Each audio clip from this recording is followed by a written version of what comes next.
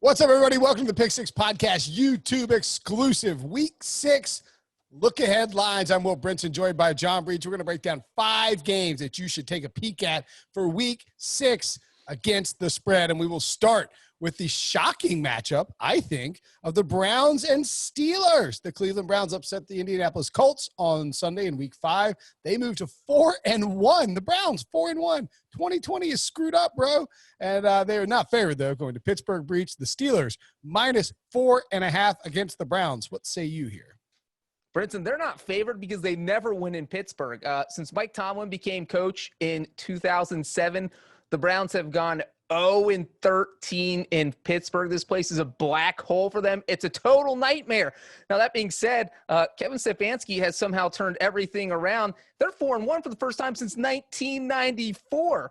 The one thing I didn't like about the Browns as I watched them play the Colts in Week 5 is their offense struggled once they played a good defense. Colts didn't even have Darius Leonard, and I didn't think the Browns played that well on offense, even though they put up 32 points. But, you know, a touchdown came from a Phillip Rivers pick 6. So I think the Steelers are going to be the best defense they've seen all year. I think the Browns are going to struggle to move the ball. And also, the Steelers have a much, much better offense than the Colts. I like the Steelers right now to cover this 4.5. Didn't need to make it personal, but sure, whatever, Breach. Also, the total here is 50. That's too high. I'm going to go and tell you, take the under there. I like the under. The Browns defense, very good. Myles Garrett playing exceptional football, and the Steelers, of course, an excellent defense as well. They struggled a little bit with Philadelphia, but it was mostly in like a fluky comeback kind of way with Travis Fulgham leading the path for the Eagles. Washington at the Giants, the G-Man. Minus 3.5. The Giants are favored in a football game. They don't have a win this season, and yet they are favored in this game, Breach. Also, I would point out that the total here, 44.5. What do you think? I think that our producer's crazy. Why are we picking a game between a winless team and a 1-4 Washington team? I don't know what's going on. You hit the nail on the head. Why are the Giants favored?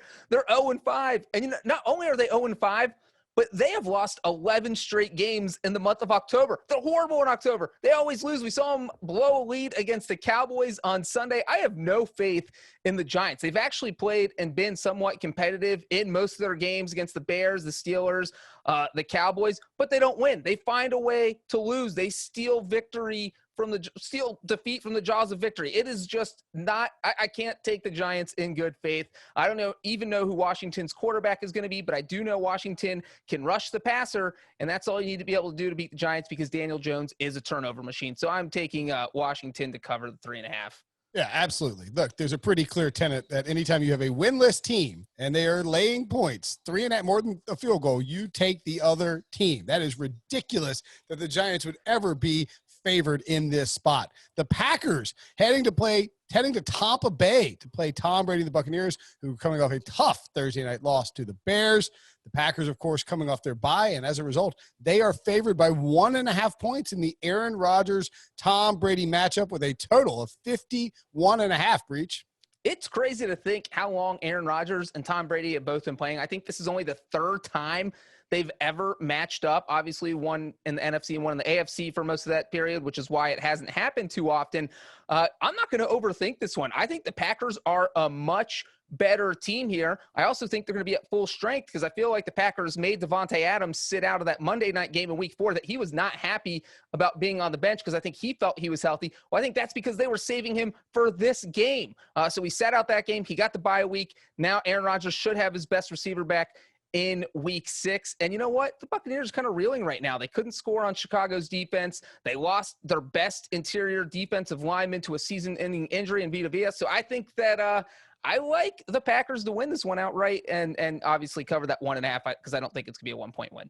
I like the over in this spot. 51.5 is obviously a big total, but we saw, Tom Brady clearly can move the ball. They should get with the mini bye. They should be able to get kind of healthy. As you said, Devontae Adams should be back. I would lean towards the Packers laying the 1.5 points. I think that Vita Vea injury is enormous. And I don't mean that just because he's a big dude. I mean, I think that is a big, big problem for the Buccaneers because he is their their anchor in their run defense. Ndamukong Suh, a good player still, of course. They have lots of talent on that defensive line, but I'm curious to see what happens with the Buccaneers' run defense, because if that falls apart, that changes everything about the complexity of that team. And I think, too, it would lean towards the over happening if you sort of see the run defense unlocked. Green Bay can move the ball quickly, and then Tampa has to answer. So I like the over there and would absolutely lean, as you do, towards the Buccaneers. All right. Sunday Night Football, the Rams heading to play the 49ers, who just got blown out by the Miami Dolphins. Not a thing I expected to say. Welcome to 2020. Ryan Fitzpatrick dominated. Jimmy Garoppolo benched at halftime, basically preserving his ankle, with C.J. Beathard coming in. Presumably, Garoppolo will be starting in this game. The Rams are 3-point favorites on the road in this divisional matchup, in the total 49.5, Breech. Yeah, let me just say that Dolphins win. That was the craziest thing I've seen a Dolphin do since Snowflake kicked the football through the field goal post and Ace Ventura. But you know what? I actually picked the Dolphins upset of the 49ers, and here is why. The 49ers are beat up. Half their roster is injured. A lot of their key players are still injured. We saw Jimmy Garoppolo try to return after a multi-week absence. He was rusty. He didn't look good. He got benched at halftime for his protection. Say what you want, Kyle Shanahan. It's because Jimmy Garoppolo looked horrible, and they probably would have lost 55-17 if Jimmy did not get benched. I don't think that 1 week is enough for this 49ers team to get better. They are still dealing with all these health issues. And you know what? The Rams have sneakily been one of the best teams in the NFL this year. I am not betting against the Rams, especially if all they have to do is win by 4 or more points and I win this bet. I am taking the Rams to cover in San Francisco. Yeah, I'm a little scared to take a road favorite in a divisional matchup. Yeah, I'm not scared. I tend to agree, though. I think that when you look at the 49ers, they are just devastated with injuries, and they're going to get healthier eventually, but it's going to take some time, and it's just not working out for them right now. So I would lean as well towards the Rams here at -3. And I kind of think I like the over. I can't tell. 49.5. That game should go to Sunday Night Football. Unders have been happening. We've been watching one right now as we record this. So actually, I will pass on taking that over. Would lean towards the Rams. On Monday night, this is a game I had circled as a great game before the season. It's lost a lot of luster, though, because Dak Prescott won't be playing. The Cardinals at the Cowboys. Kyler Murray against some schlub from TCU squaring off. Just kidding. It's Andy Dalton. Everybody knows. Kyler Murray, Andy Dalton, Monday Night Football. The Cardinals now -3. Clearly a big shift in the look-ahead line. The over-under 53 in this spot, Breech.